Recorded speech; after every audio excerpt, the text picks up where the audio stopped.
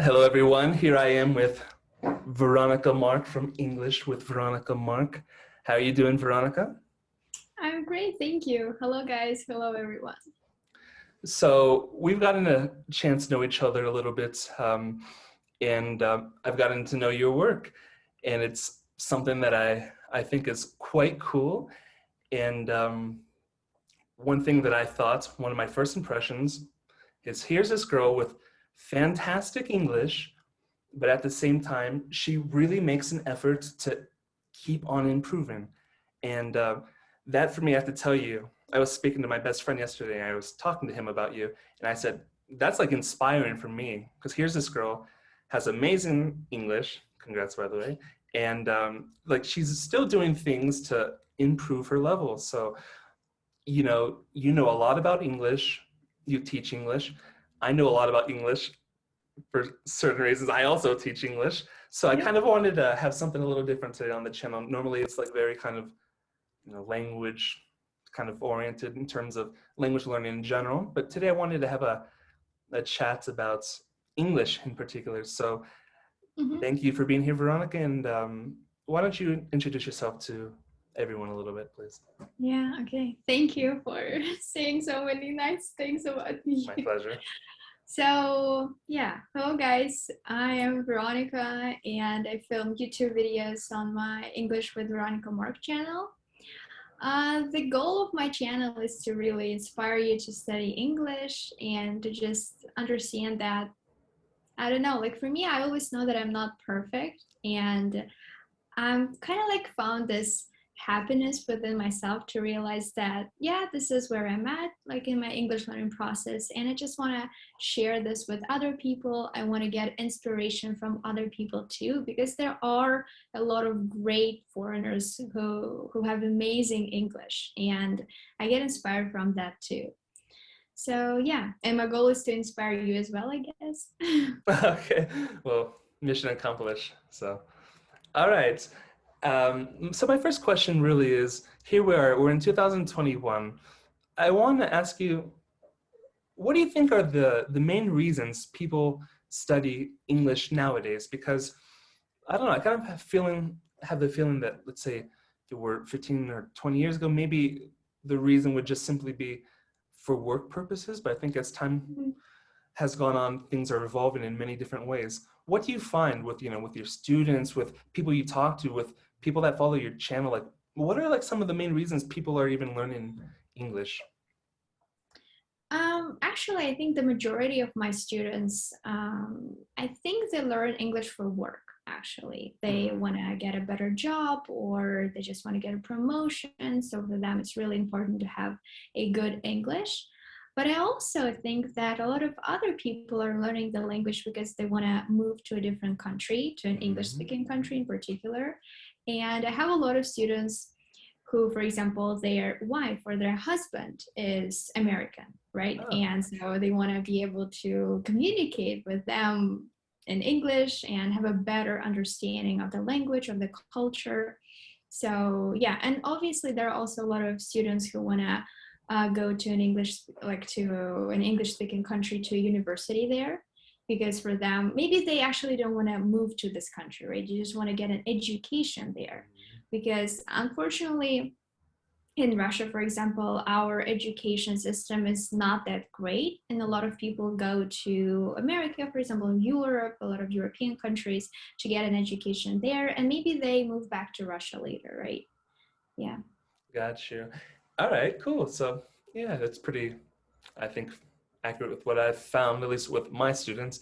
Um, What was your motivation? Because I know that English has always, well, for a long time been a passion of yours. I listened in an interview that you said that you're like, guys, you're telling your friends, hey guys, we should study English. Like, they're like, no, let's party. You're like, no, come on, let's study English. And I know, oh, this Yeah. girl really likes English. So like, Yeah. talk to me a little bit about that. Like, what does English mean for you?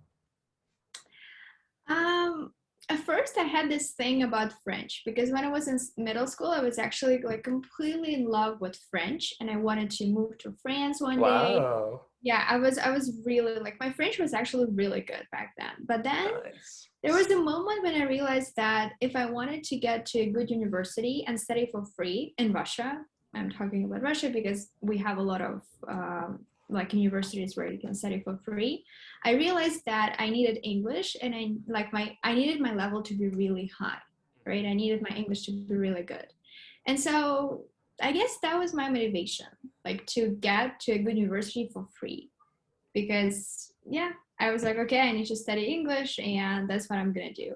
And then we're Oh, gonna see what cool. happens later. Yeah. All right. And so, what would you say are, let's say, the biggest problem? Well, let's say the top three. Give me an idea of the trickiest things for the English learner, because you also do Russian tutoring, so you kind of have an idea like what are our problems, what would be our problems, but Mhm. what do you think from the other perspective of the English learner? What do you think are some of like the just the problems that there is in that language particular? Yeah. I think probably the accent and some of the sounds, because for example in Russia we don't have a lot of sounds like the, or I don't know, like in cat, right? We don't have any of these sounds, so Mm, it might be pretty hard. And like if a person really wants to have a good English, they want to work on your accent, and this is something they really need to work on all of those different sounds.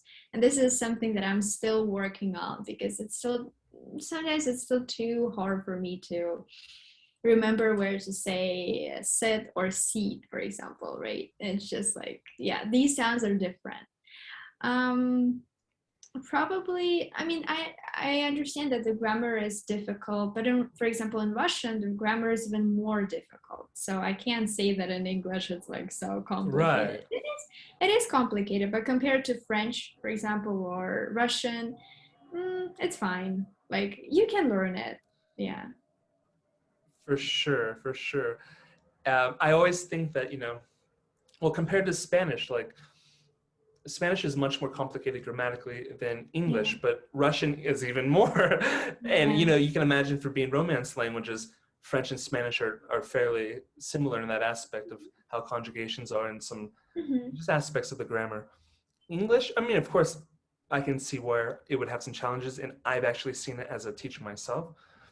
Yeah. If I were to say like probably a grammar point that is like that's maybe like first or second day English, but like students will constantly misuse, and I don't mean this in a kind of like a looking down way whatsoever, is just the idea of like, let's say, simple versus continuous. Like, for example, things that you do generally where you use Yeah. the present simple, like they'll say like ing basically, right? Yeah. Have you Yeah. noticed that? Yeah. Yeah. Definitely. Yeah. That's teacher to teacher. Anyway, Hmm. back to on topic. So, in the language learning community, there is this kind of just this lingering idea of like, how do you go about accents, or how important is accent in the language, right? Hmm. So it's something that I have my ideas on. Um, English is actually different in the way that it is an international language. Maybe the no, not maybe, it is the most international language. So there's Hmm. different kind of characteristics in it, and maybe my ideas would change a little. But how do you think? What do you think about this? How important is accent in relating to English? Hmm. Um, I think it all depends on the person and why you're studying English. Because again, like if you're studying English because you want to be like a representative of a company, and it's probably going to be really important for you to have a good accent because I mean, your job is really important for the company, for the image of the company. So maybe you should work on your accent. I don't know. But again, it depends on a person. If a person says that, oh my God, I hate working on my accent, I don't need it, I don't want it, they shouldn't do it because it's not going to be pleasant for them, and maybe one day they're actually going to hate English because of that, right? But for me it was just really important because I like, um, I don't know, I just like different accents. And honestly I picked the American accent only because at that moment all I was watching was in the American accent. So, and for me, I don't know. I thought that the American accent was a little bit easier than the British Really? accent. Yeah, I think a lot of people, yeah, think so. Although in Russia, we're actually like in schools, we're taught the British accent, not the American one. That's Yeah. funny because I have a pronunciation class, and when I do class with, let's say, Russian students, Mhm. um, I actually have to correct them when they do like the British A in certain cases where Yeah. our A would be different. I'm like, Yeah. I'm being picky now, but this course is called the American accent, so I'm going to Mhm. correct you here, right? Yeah. Yeah.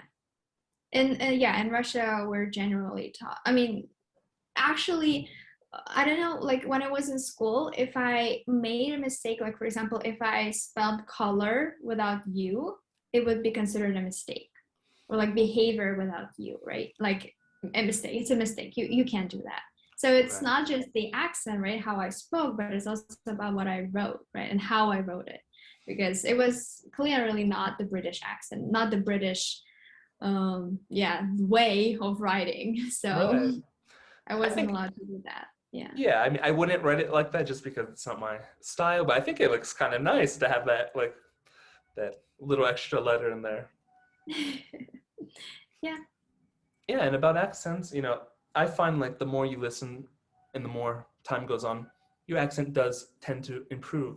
Because, I Mhm. could see the difference of like how I spoke when I first came to Mexico versus how I speak now. Not that I speak incredible, like in terms of accent, but there's like a clear progression.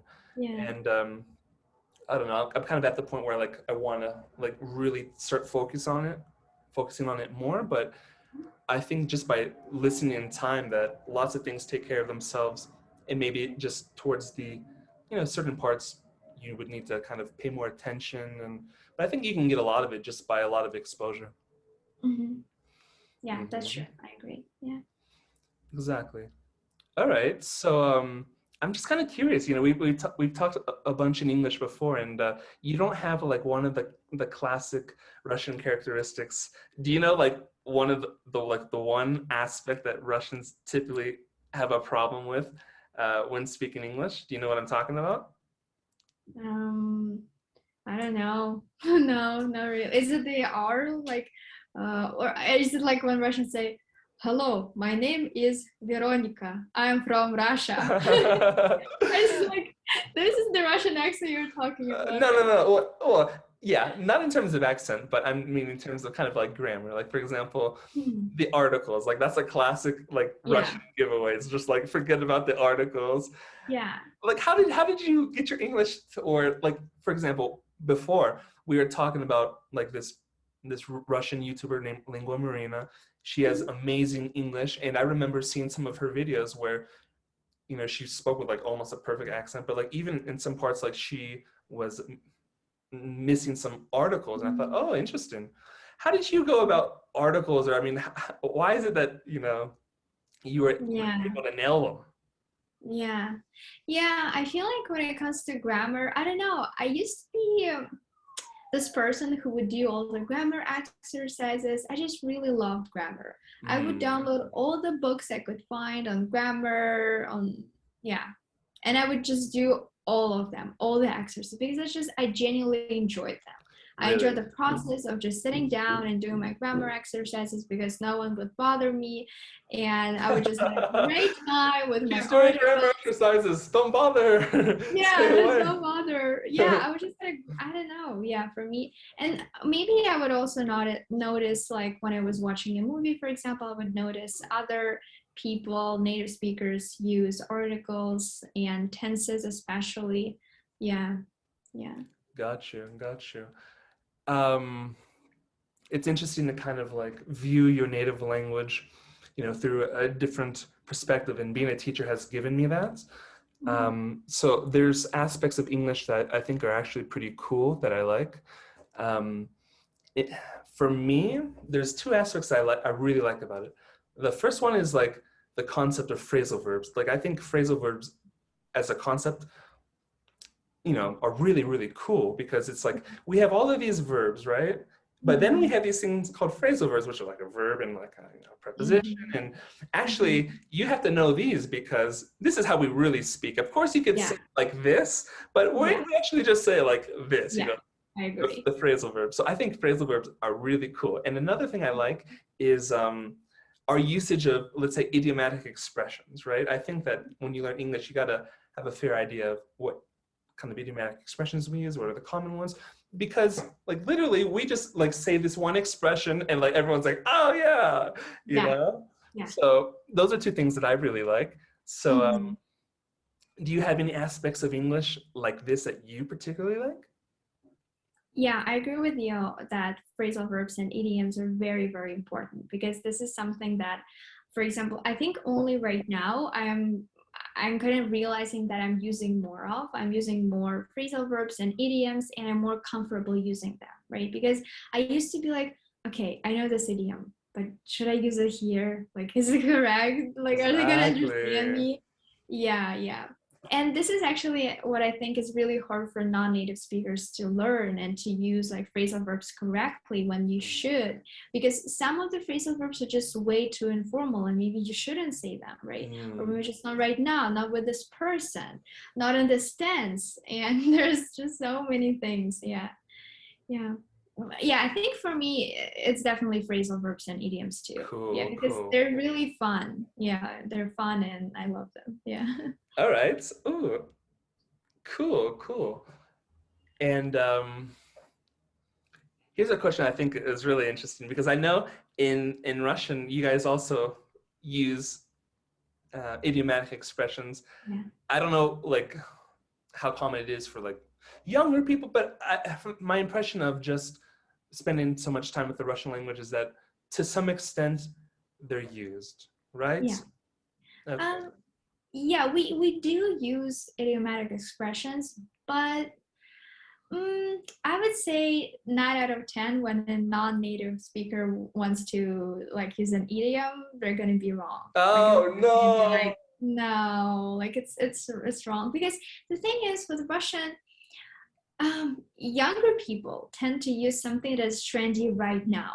And it's really hard for a non-native speaker to know what is good, what is trendy right now, what you can use or what you Wow, can't yeah. use. Yeah, but with English, it's different. In English, there is like this phrasal verb and you should use it. Like it's fine. It doesn't matter. But if you want to use like an actual idiom, people are probably going to think you're a grandma. Like, yeah, Oh. you're like, there are Russians who still use these idioms, but they're usually like grandmas and grandpas. They might use them, but like younger generation, we just no. What I do love about Russian more than about is I really love the fact that we can transform our swear words in Oh our person. yeah? Yeah, and they're great. Like in Russian, if you want to swear, you can do it so many different times. And Uh-huh. well, I mean, so many different ways, right? It's just so interesting to look at how you can just take this word and like, yeah, transform it into another. And you can't really do this in English. Yeah. Right, right. That's what my Russian students tell me and things like that that in Russian there's lots of ways to swear and to be creative with swearing. Yeah. Yeah. Yeah, And that's in true. and in Mexican Spanish as well. I think in Spanish in general, in any dialect of Spanish. But I realized like, oh, in English it's like I say oh F or like Yeah. there's a couple harder ones, but like 90% of the ones are like like F or Yeah. SH. Yeah, but yeah, and you can't really like do anything with them. Like there are a couple of ways you can kind of like change them up a little bit, but like that's it. But in Russian, oh my God, there's so many ways. Yeah, so many cool Uh, words. Yeah. oh my gosh. So, my question, my real question was, what's an expression that exists in English that you really like that doesn't exist in Russian, and what's one that exists in Russian that you really like that doesn't exist in English? Oh, wow.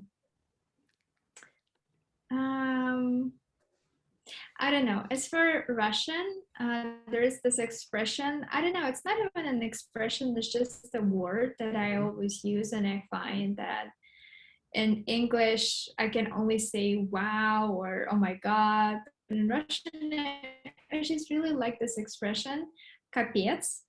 It's Mhm. like maybe it's really informal and some people might not want to use it, maybe, yeah, I don't know, but I don't know, for me I really like it. It's kind of like, it's a good expression for me because it's not swearing. Mm. It's just like when you're really happy, or I don't know, it can express a lot of different emotions, not just happiness.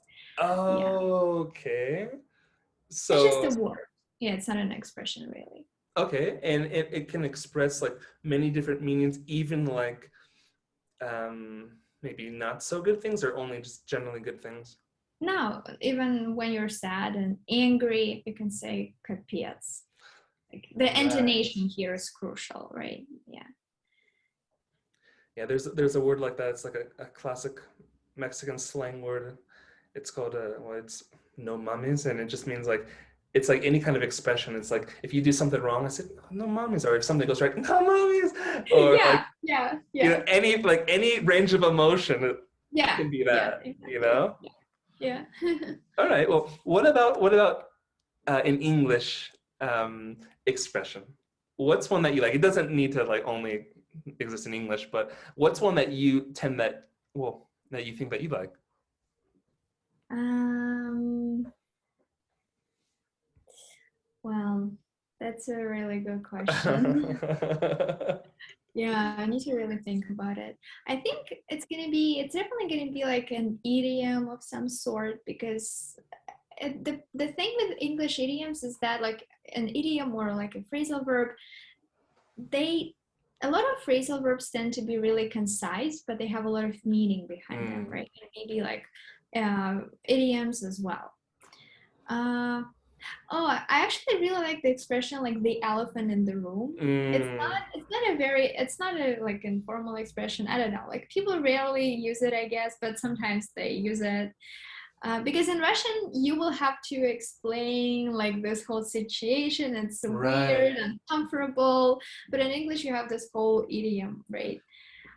That's a good Yeah, one. And it's actually, it's not that it's not common. It's just that it's just about the situation yeah, that you would need to use it in. So it's like yeah, that situation maybe is not super, super common, but of course, like if you're in that situation, that's the expression to use. Like, yeah. That's the gosh, expression to use. Yeah, yeah, the elephant in the room, like everyone understands. It's like, um, okay, yeah. yeah.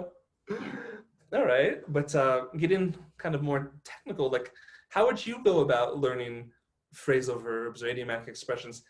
Like, what was your strategy, or what is your strategy? How do you learn such a thing? Um, Actually, like I feel like a lot of people think it's so hard and difficult to learn phrasal verbs and Oh, idioms, but I don't think so. I think it's not that hard really. Like all you need to know is if you want to just start with something simple, you should just go on YouTube and watch a bunch of English speaking YouTubers and just notice what phrasal verbs they use every single day because they're gonna use a lot of them. It's mm-hmm. going to be a lot of phrasal verbs. And this is something you should start from because phrasal verbs like wake up, it is a phrasal verb, right? But they're going to use it almost in like every single video, right? Uh-huh. So, and if you want to learn something more complicated, obviously there are a lot of books that teach phrasal verbs and idioms. But unfortunately, what I found is that there are a lot of phrasal verbs that people don't use nowadays, but they're still in those books, especially with idioms. Uh-huh. Maybe with phrasal verbs it's still okay, but with idioms there are going to be like so many weird idioms that yeah, native speakers know that, but they will probably never ever use them. Mm, Yeah. Yeah. right. I have a student from Russia actually, and one of the activities we do is that she's constantly reading, listening, and she's always taking notes, and she wants to know like to what extent this is used or if it's Yeah. used at all. And I always have to tell her, oh no, don't say that. Like that sounds like, like like a some I don't know, my aunt would say that, or Yeah, exactly. Yeah. this is something that maybe like a guy who's like 70 from this Hmm. specific region that would say that, or, Yeah. you know, Yeah. Yeah. and that's a super interesting thing as well, to kind of like Mhm. weed through the language you should and shouldn't be using, you know? Yeah, yeah, exactly. And that's why it's so interesting to talk to native speakers about idioms or like phrasal verbs, because they are the people who actually know like if you should use them, if they're all right, if like maybe you shouldn't say them, yeah, you shouldn't use them. Yeah. Right. One of the things I feel really proud of myself as a teacher sometimes when like my students give me like 4 or 5 things that are so like close together, like super close together. I could see why they did think like, what the heck? And then I had to like kind of like analyze it so much and distinguish them. Yeah. That's like when I feel proud of myself as a teacher, like, oh yes, I'm you know, I'm earning my money over here and doing a good job. Yeah. Yeah. All right. And in your experience, what percentage of English learners are actually afraid to speak? How prevalent do you think that this phenomenon is? Mm, I think a lot of people are afraid to speak because their level is not high enough. They don't know enough words, because I was afraid to speak to you when I think I was like at an intermediate level probably, because I already knew. I don't know. My vocabulary was already pretty good, but it wasn't really good. So I couldn't really have a normal conversation. Although when we actually speak, we don't really use a lot of complicated words. And yeah, there's just people are just I think it's also not just about words, it's also about how confident you are in the grammar. And I was the person who loved doing grammar exercises. So for me, I was like, okay, grammar, I got you. Like, I know all of this. It's just so easy for me. And for me, what was really hard is like using the right words. And maybe sometimes right now it's still hard for me when I'm having really like deep personal conversations with people I really care about and I'm talking to English with them. I'm always like, okay, but maybe I could have used a different word, like a different expression to really show what I mean, to express my feelings correctly, right? But yeah. Right. I mean, things like I think finding a teacher that you are comfortable with or a tutor that you're comfortable with, I think this goes a long way because, Yeah. there's certain people, for example, that I've developed a certain level of trust with that I feel that this is probably going to be wrong, but I don't care because I'm just going to say it anyway. I know the other person won't judge me. Yeah. He or she knows that I'm learning this language. Language learning Yeah. sometimes is a bit complicated, and we need to kind of push ourselves to reap the benefits of it. And you know, Yeah. just feeling comfortable with someone can really help. Because sometimes like I've had teachers where like they just like made you nervous and like all of your language just goes out the window and it's like, oh Mm-hmm. no. So Yeah. that helps, but I understand in the real world that's not like exactly how it works oftentimes.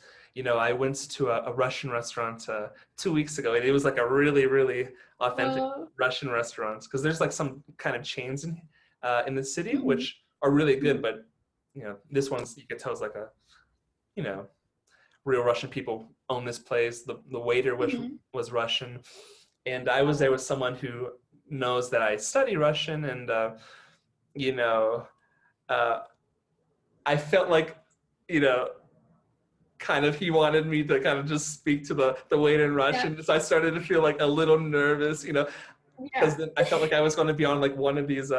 Have you seen these channels where like some random guy just like will start speaking English and then all of a sudden he'll bust out Chinese and Chinese people and then people's like, Yeah. oh my god. I'm like Yeah. I thought it was almost like that, but I was like kind of nervous. I'm like, oh my god, why am I so nervous? I'm just like, I mean, I know I can communicate to some extent, so I just like said some things, and of course it was worth it because I don't want to be so like just so uptight that I can't even say a couple words. Although the situation was a little bit out of the ordinary, but I felt okay, okay, yeah, that's right. I could speak a little, and the waiter really appreciated that Mhm. I took the moment to do that, and they say that Russian, excuse me, language is the only thing that's worth knowing even a little. I don't completely agree with that because my brother came to Mexico and he tried learning Spanish, and that was not the case because he had a lot of problems based on his little bit of Spanish. But that's just kind of like a joke. But the, I was thinking about the situation, and I came to the conclusion that language is best used. Language is best when it's used. So if the opportunity arises, use it. It doesn't matter what level you have, because if you can use some of this language, that's what we're in it for. We want to use the language. So just like Yeah. take advantage of these small opportunities if they arise, and you feel much better Yeah. for it. Yeah. I agree. I totally agree. Yeah, because I Mm-hmm. used to be a person who would never speak English to anyone, even if I like, although I went to a lot of different English speaking clubs in Moscow because I really wanted to push myself and talk to people. But I still remember I went on this kind of like, it was a meeting with a a woman. I don't remember who she was or what she did, but she was from America, and we were supposed to talk to her, and she was like giving us a lecture first, and then we were supposed to just ask her questions, and it was just so interesting for me to listen to her, and I really wanted to ask her questions, but I was so afraid. Um, I was so afraid. I was so scared, and then I didn't ask her any questions. There are like all the other guys, Russian people, like Russian guys who ask her questions. And that was the moment for me when I realized that, yeah, like I shouldn't be afraid. I really liked listening to her lecture. It was amazing. And I should have asked her a question, but I just couldn't, yeah, back then. But then right. I changed. I changed and now I can. So And look at you yeah. now. Yeah, look at me now. Uh-huh. Yeah. Cool.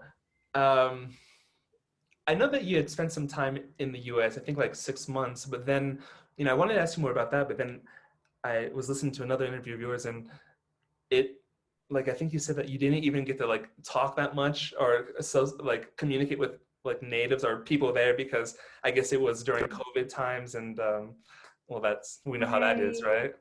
Yeah, I didn't speak to anyone. Yeah, the only people I spoke to they were Chinese, so I only Hmm. spoke to them in Chinese. Oh Yeah. wow.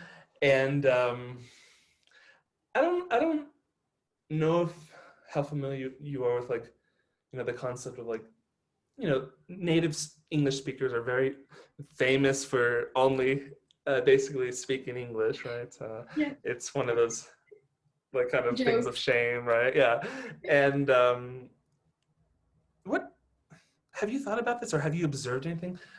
Do you think that with uh, normal, let's say, general English natives, that they are not aware of like what it really means? I don't know, like they're not aware of the effort that another person takes to learn English, that Mm, maybe that they just kind of like assume that that's the way things are, and like that yeah. people need to speak English. Do you think that people are really aware of what it means to learn a language or English in general?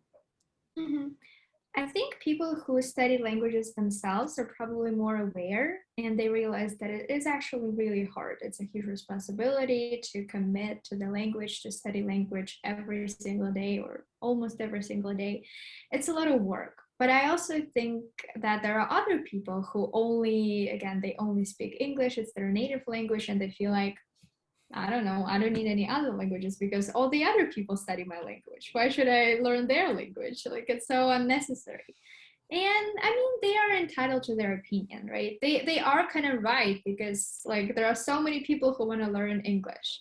But I don't know, for them, maybe they will never understand how hard it is to learn a foreign language. Because when you're learning a language, you're not just learning a language, you're also learning about the culture of this country or countries, right? Yeah, it's very interesting. You're kind of like falling in love with this country, with this culture too, because it's just so new and interesting how people do things in this country.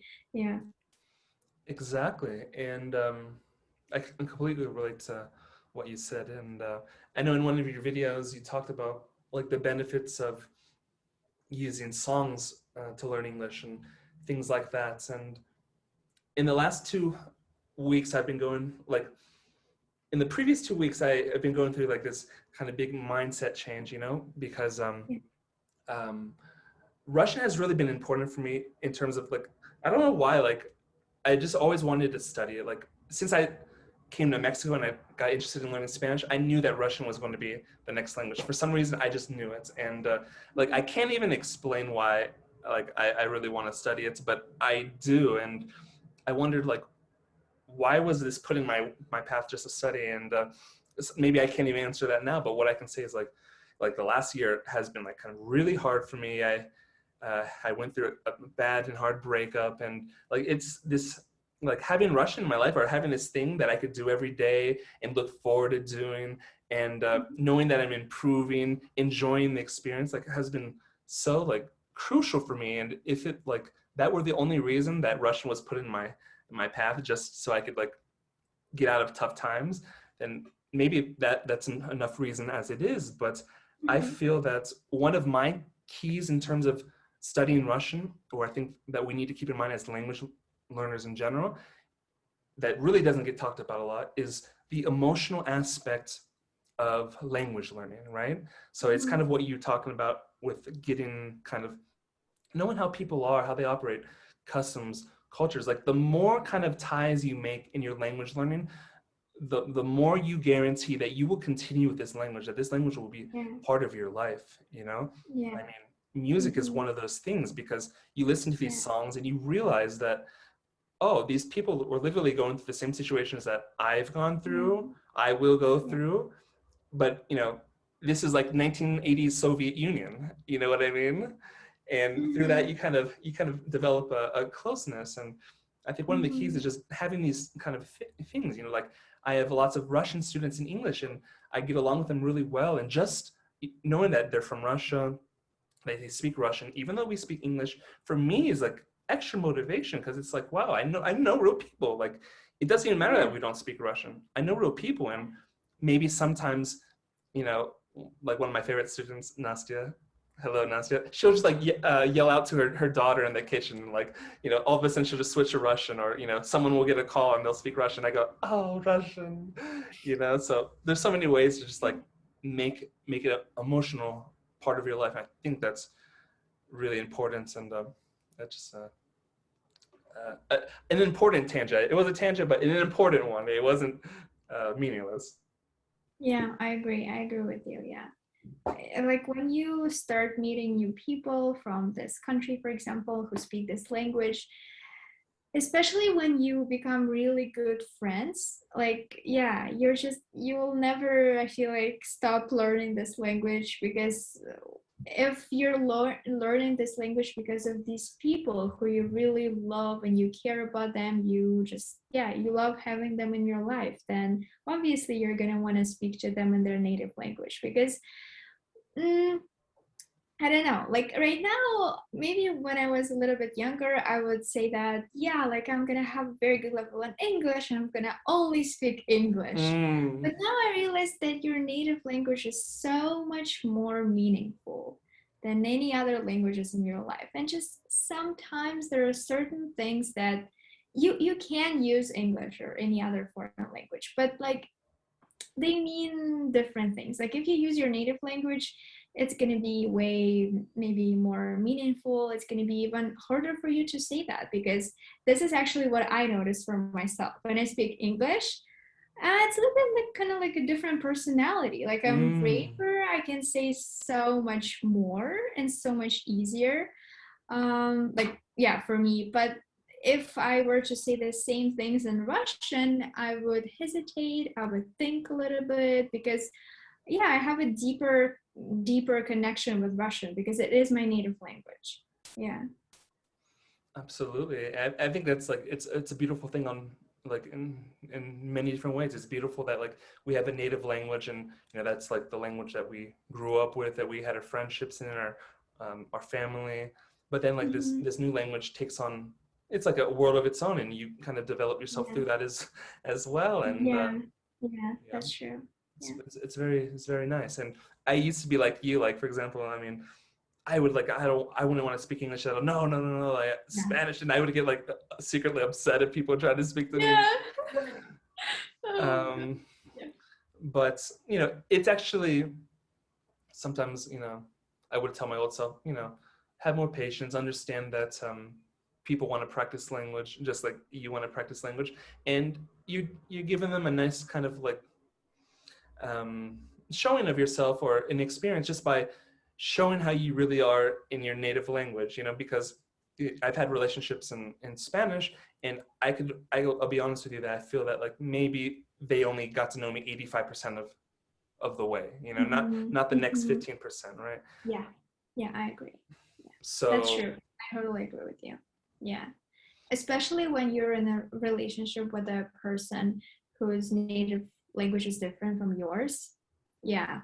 I think you should really, it's really important to tell them and to understand, like, you have to understand yourself that it's going to be a little bit different. Maybe you are, obviously, you want to be honest, you want to be genuine, but still, like, they're not going to know this part of you that is connected to your country, to your native language. And there are so many just words that represent who you are in your native language that you would be too scared to say. But in English, for example, for me, yeah, it's going to be English. I can say everything, like, because I don't have any attachment to English. For me, like, I can just, yeah, I can say anything. mm-hmm. Oh, it's super interesting though.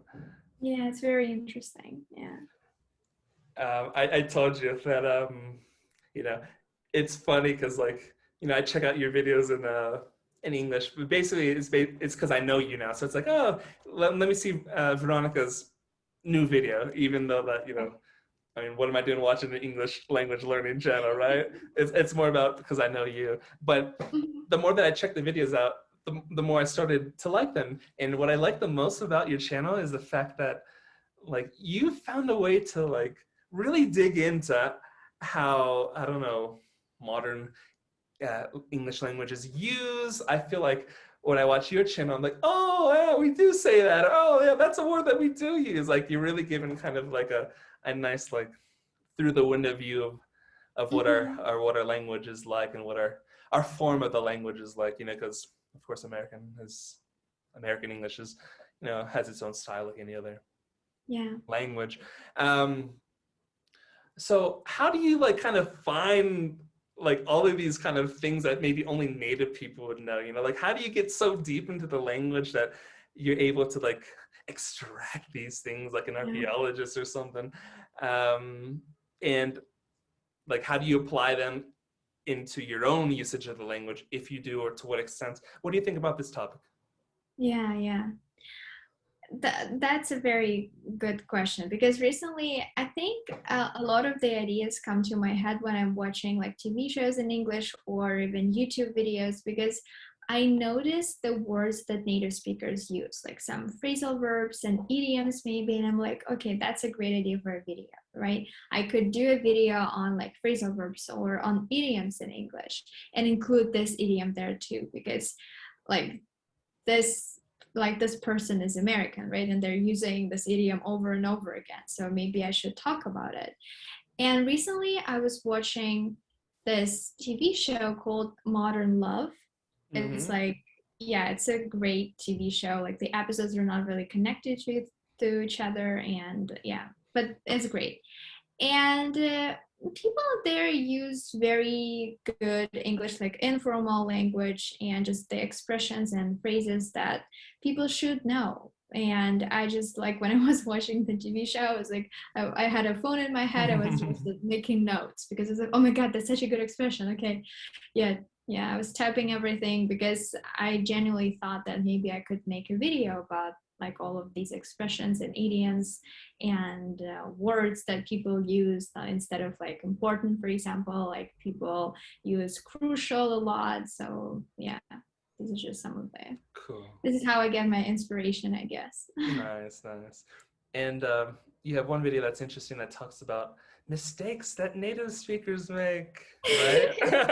Yeah, because it was something that completely blew my mind as a language learner when I was, again, was with YouTube, when I was watching YouTubers and I would hear people just say, lay in bed. This was actually the first mistake that I was like, but it's not correct. I know like people say it a lot, but like grammatically, you should say lie in bed. Oh Yeah, I no, don't the know. grammar purist is coming out. Uh-oh, Veronica. Yeah. And a lot of other things. Yeah. Actually, like even I think even today I was watching a video and the guy there said more more easier or something Mm-hmm. like this. Mm-hmm. Yeah. He's a native speaker and he was just like talking really fast and he wasn't really thinking, right? When you're a native Exactly. speaker, you don't think about what you're saying. So he was like, yeah, it was more easier. I was like, yeah, more easier. You're right. Yeah. Yeah, well, I mean, like you said, oftentimes this is just a matter of speaking really fast and having Yeah. things just come out, right? Of course, we Yeah. know it's Yes. easier. Yeah, of course you know what is correct. Yeah, but that's why I didn't include this as a mistake because like as lay in bed, this is something that people actually use. Like they maybe prefer, a lot of people would prefer to say lay instead of lie. Yeah. And that's true. And what would you recommend for your viewers? Should they stay away from these kind of mistakes? Because you know what? I tell you, living in Mexico, sometimes, maybe the least grammatically correct way is actually the most naturally way, because there's times where I like try to conjugate things like by the book, and sometimes I just would notice people would say, oh, it's like this, and it's not like how I learned in the book. What do you Yeah. think about that? No, I think when they're talking to native speakers, they should definitely make these mistakes too, Mm, because this is just how people speak. This is natural. This is great. And maybe, yeah, maybe actually if you try to say those expressions correctly, like how they're supposed to be said, even native speakers are gonna be like, oh no, like we actually don't say that. Like you should make this mistake, it's a great mm, mistake. exactly. Yeah. Sometimes these mistakes can make your speech sound even more Yeah. natural. Yeah. And sometimes if you're trying to be too strict, like by the book, it's going to sound actually unnatural, even though you're trying to make it be all like correct. Yeah. Yeah. Yeah. So that's super interesting. Mhm. All right. And one thing that I think you do when you watch English TV shows is you always watch with subtitles, right? Yeah. Yeah. I always do. Yeah. So my question is like, how do you just like not just look at the subtitles the whole entire time? I do look at subtitles Okay, and so when you watch it, you just yeah. look at the subtitles and listen at the same time. Yeah. I Okay. I know a lot of people don't like it. That's why they don't use subtitles at all. But I like it. I don't know. This is just how, because for me when I turn on subtitles, obviously I'm gonna look at them. Like it's, if you're not gonna look Mm, at them, why are you even using them? Like okay, turn it off then yeah. So obviously I look at them, and this way I concentrate on the video or on the movie, on the TV show, and yeah, I don't know. I like it, I guess. Sometimes maybe when I watch YouTube videos, I never turn on subtitles because I just don't like it. And I just know on YouTube people talk about very basic things and I don't want to be like too concentrated when it comes to a YouTube video. But when I'm watching a movie, I really want to follow the plot, especially if I like this movie. I want to know everything, I want to be really yeah, invested, and I want to hear everything. I want to listen to every single sentence. So I always try to turn on subtitles. right, right.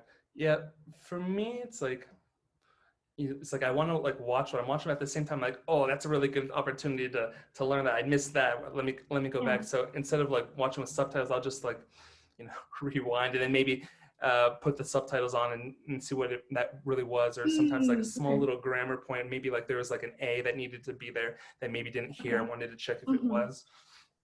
But I understand that some people maybe don't like to keep on going back. Yeah. There's some shows that I watch that for me like are entertaining, but it's also kind of like more so just for the activity of language. So I don't mind going back and like digging those little Mm-hmm. treasures up, Mm-hmm. so to speak. Yeah. Yeah. Mm-hmm. Um, you've been learning English for many, many years, probably what, over 10 years, correct? I mean, um, I started learning English when I was 7 because in elementary school it's mandatory. Like in Russia, you have to learn English in school. Mm-hmm. So, but obviously, like I didn't want to learn English. I hated English, and I always tell people that when I was in elementary school and then in middle school, I never liked English. I liked French way more, Oh, and my wow. French was so much better than English. And then, and I think when I was junior in high school, I realized that I actually need English to go to university. So I was like, oh man, now I need to learn English, and I hate English. And so, yeah, I think I was probably 16 when I really started learning English. Like I was Wow. learning the language. Yeah. But obviously, I already knew something. Yeah, I Right, wasn't a right. complete beginner. But you Yeah. probably took more control of learning the language at that time, right? Not just a Yeah. school subject, but you really, it was Yeah. something that you did. Yeah, exactly. Yeah. I would And spend a lot of time learning English at home by myself. Yeah. and in this time, since you've really been focused on it, how has your learning change, evolved throughout your journey? At first, obviously, like I didn't really know grammar that well, so I had to learn grammar, just even basic grammar, right? I had to do it. Yeah, obviously, the vocabulary that I knew was not enough for me to communicate with people or to read anything, like any books. And at first, I read a lot of graded readers, like books designed for non-native Of course, those speakers. have helped me too.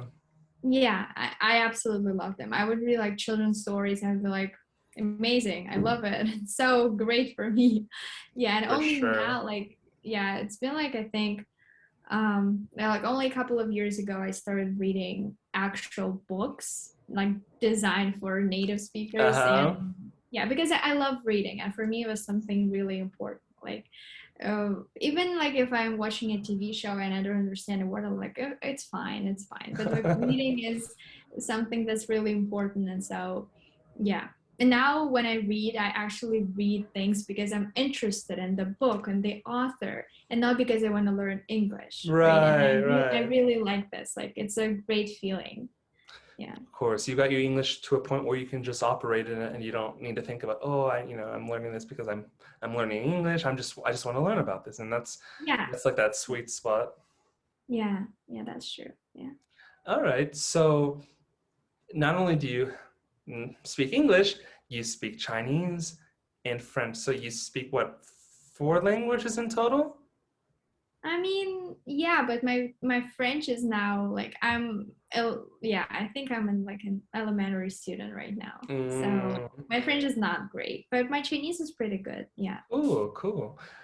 And what would you consider, comparing those languages, what would you consider English to be like in terms of like what makes it easy compared to those languages and Yeah. what makes it difficult compared to those languages that you know? Mhm.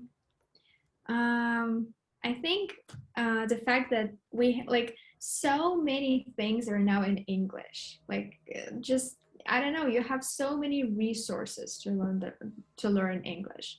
Because with Chinese, yeah, but also not really, because even if you want to watch, like you can't really find a lot of, for example, YouTubers who make videos in Chinese. It's Okay. just so different. But if you want to find YouTubers who make videos in English, you're gonna find so many people. And yeah, and maybe like just the style of, for example, movies and TV shows, just people might not like Chinese drama. For example, I don't like it.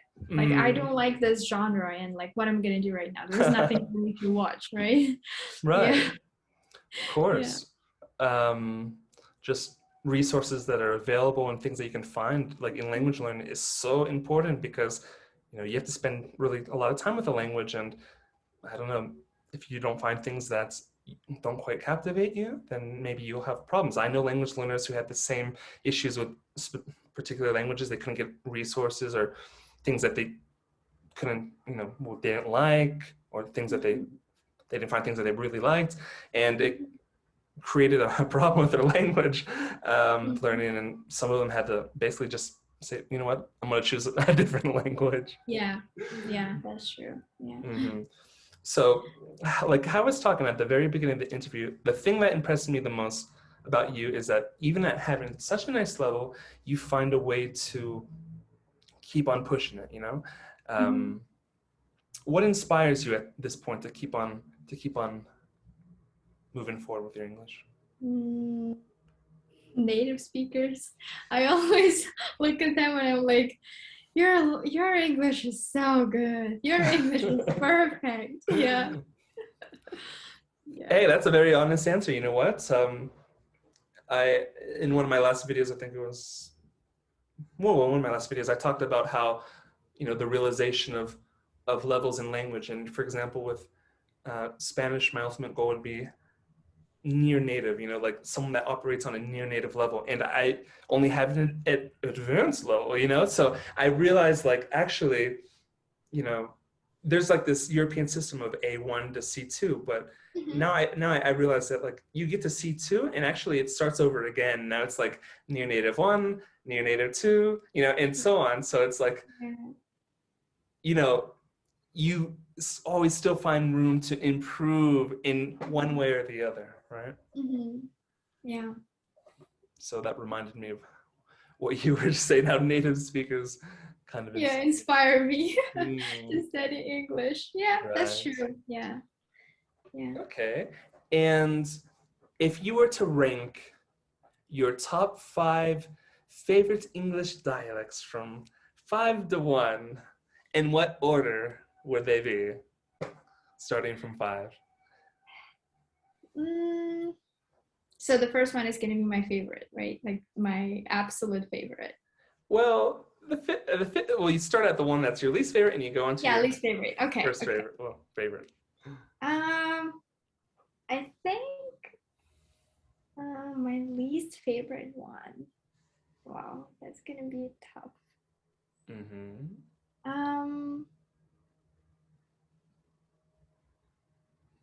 maybe, um, maybe like there is this accent that a lot of people from countries like Sweden or Finland have. Like, I don't know if you're familiar, but I was just watching a TV show again in English, and there was a guy who he was like originally from Finland, and then he moved to Britain, and he has his accent, but I like it, but it's definitely gonna be my least favorite, right? Mm, Because his English is really good. Like he is sure. fluent, like near native, right? And he is really great. But I just don't like how it sounds, right? I just don't really like it. So it's gonna be number 5. Okay. And number 4 is probably gonna be the Irish accent because it's really fun. Like I was watching a TV show again. I love it. It sounds so funny, but for me it's number 4 because I feel like I would never be able to replicate it. It's Right. just, yeah, I love how they say the word love, for example. It's just, Love. and the word but, like how they say but or something like this. I don't know. I Mm-hmm. can't. Yeah, it sounds really funny to me. um so number 3 is probably going to be the Australian accent. I like it. It's great. It's, for me it's very similar to the British accent, obviously, but it's still different. And the British accent is going to be number 2, this like standard British accent, like the Queen, right? All of Right. this stuff. It's really pretty. Yeah, the accent is just royal. Yeah, you feel like you're so smart. This person is so smart, and it just sounds really, really beautiful. And number 1 is obviously going to be the American accent because this is something I'm learning, and this is my favorite accent, I guess. And yeah, obviously there are so many dialects in America. I realize that there are a lot of people who speak in different accents in America as well, but like I'm just talking about the standard, I guess, American accent. Yeah. But Gotcha. recently I was watching a video on YouTube, and there was a guy speaking a New York accent, like this very, and it sounds so fun. Like he would say, like hot, like oh would be so interesting. That all sound Mm-hmm. like hot, like New York. I can't, like it's so interesting. Yeah, this like Well, yeah. yeah. Like the Boston accent too. Like for example, you can see on YouTube, Matt Damon's on a talk show, and he's like, "Hey, teach me the Boston accent." And he's lived, I guess, he hasn't lived in Boston for so long that he's kind of lost it, so he has to like, put it on, as we say. And if you watch those old 90s Ben Affleck movies or Matt Damon movies, you hear them speaking like their natural accent. It's kind of interesting how they throw in like these sounds and just Yeah, so different. But yeah, accents are yeah, nice. yeah, yeah. And for you in your own personal language journey, do you do anything outwardly to practice your accent, to improve it? Do you do like any kind of drills or exercise, or whatever comes out of your mouth is just basically how it comes out? It's a natural thing, or what about that? No, actually, um, obviously, I used to have a very strong Russian accent before I realized that you can actually really improve your accent by reading something and like watching some YouTubers who actually teach you how to have a better accent. And so it really helped me, like subscribing to a lot of YouTubers who taught how to have a good American accent. And I also like got this book about the American accent. It really helped me too, like a lot of exercises there. But The right one I teach from, I now, think. yeah, yeah. But right now, I guess sometimes like I right now the thing is I try to link words better. Like for me, this is maybe a problem that I have right now because I try to speak faster, and if you want to speak faster, you need to be able to link words together, yeah, in a Nice. better way. And yeah, sometimes I just want to say. Sometimes I like my intonation is off too. Like the words that I stress Mm. are not the words I'm supposed to stress. So, but it's probably because of my native language, right? It's probably because my native language is different. So I try to maybe stress the words that I would stress in Russian instead of in English. Yeah. Right. I think for me, in Spanish, mouth placement is an issue, and especially because it's kind of like a faster spoken language. I feel that sometimes my tongue is like tripping over itself Yeah. in my That's what mouth. I'm saying. Yeah. Yeah. Yeah. Yeah. Perfect. Well, Veronica, it's been so nice to talk to you about English and language in general, because I'm a big fan. Um, what would be your final words for those learning English and maybe language in general? I would just say that if you really love the language, if you want to learn it, then it's okay if you're struggling right now because there are days and moments when I feel like my accent is off. I'm really struggling. I hate everything. It's fine. It's just like you're because we're all going to be always learning, and you should be ready for that. You should enjoy the fact that you're always going to be learning the language. It's a lifelong process, and you should enjoy it. And if you can enjoy it, then great. You're going to have so much fun. You're going to meet so many cool people, and yeah, that's probably what I'm going to say. Perfect. And how can the good people of the Language Come Up channel find you? People can find me on my main YouTube channel, which is called English with Veronika Mark, where I teach English. I also have a second channel where I post vlogs. I'm trying to be more regular there right now. It's just called Veronika Mark. And on Instagram, it's just Veronika Mark with two K's at the end. Yeah, Veronika Mark K. Perfect. Well, thank you, Veronica. It's been a pleasure. Yeah, thank you so much.